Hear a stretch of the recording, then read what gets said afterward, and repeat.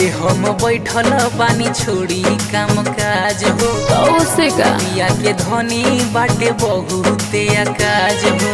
हरे कोनो बात न जी रहो घर ही रही।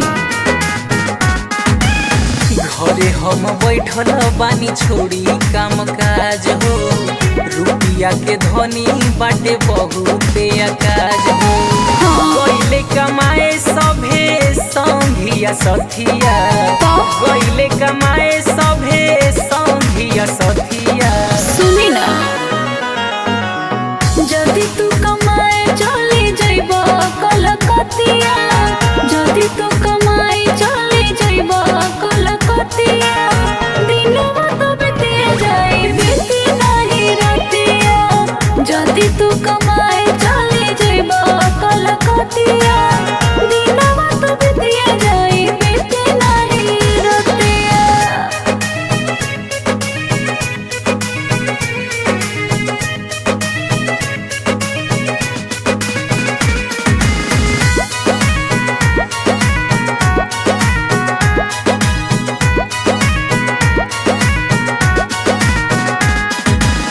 रोज रोज लिखी के तू दे दिलू पाराचा नाही कमाई तो उठाई कैसे खर्चा। अरे सब मैनेज हो जाई समझे।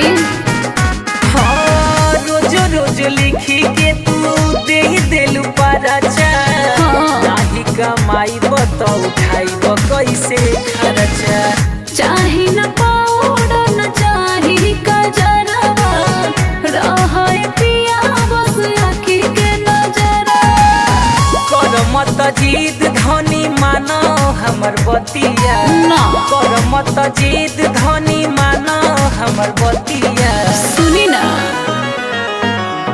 जदि तू कमाए चली जाइबा कलकतिया जदि तू कमाए चली जाइबा कलकतिया दिनवा तो बीते जाई बीते नहीं रतिया जदि तू कमाए चली जाइबा कलकतिया दिनवा तो बीते जाई बीते नहीं रतिया।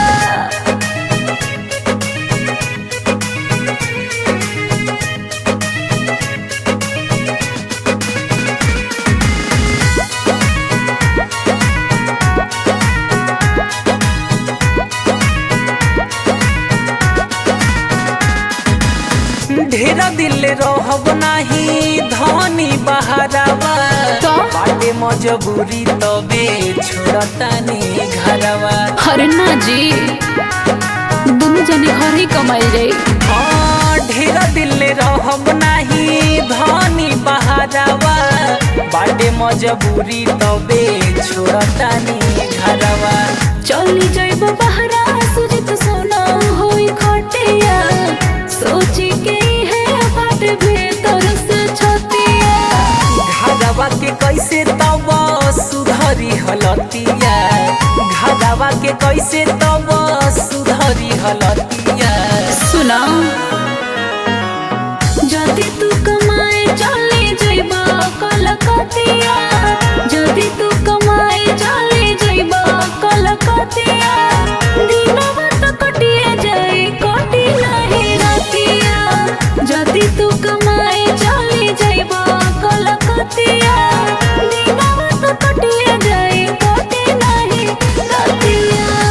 बुझाई।